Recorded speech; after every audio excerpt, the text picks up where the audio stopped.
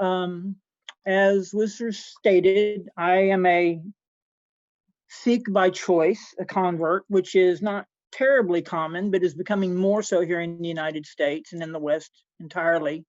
For those of you not terribly familiar with Sikhi, Sikhi is the world's 5th largest religion by population.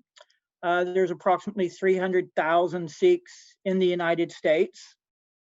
The overwhelming majority are of Punjabi, North Indian ancestry.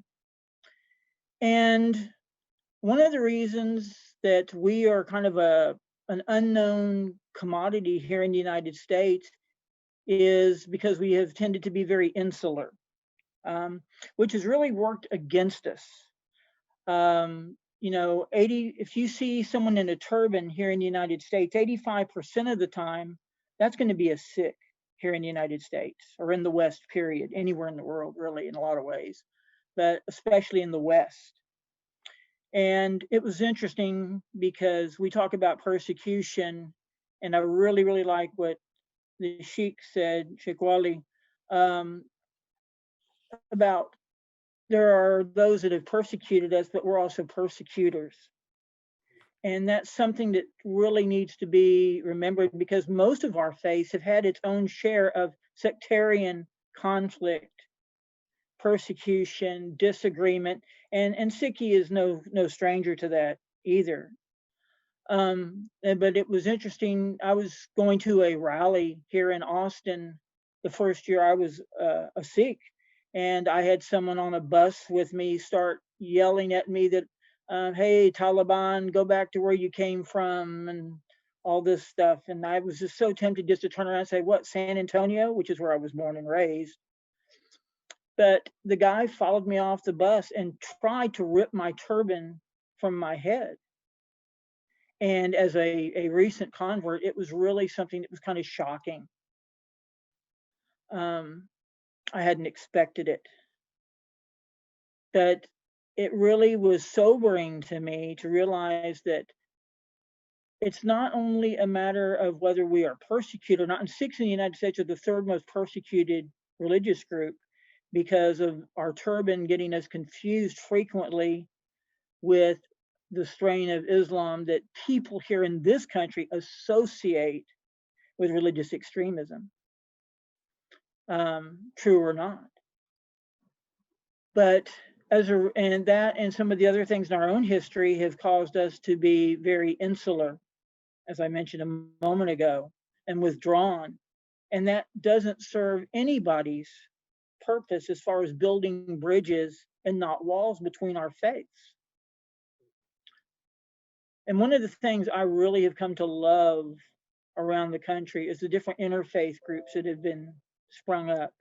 Here in Austin, we have a group called IACT, Interfaith Action of Central Texas.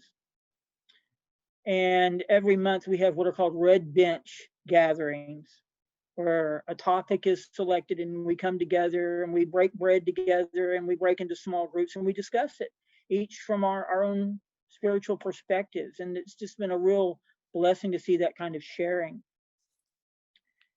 And things that draw us out, interfaith opportunities to do ministry together, to do seva or community service together, is one of the big things in my mind that helps us to break down these walls.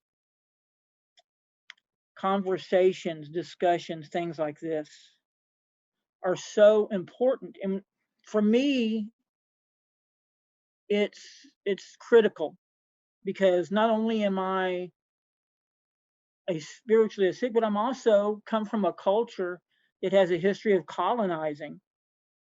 So I'm learning to decolonize my Sikhi as it was influenced by colonizers. That's a big thing in Sikhi today, is the decolonization of it, as well as the sectarian conflicts and religious conflicts within India itself that are there.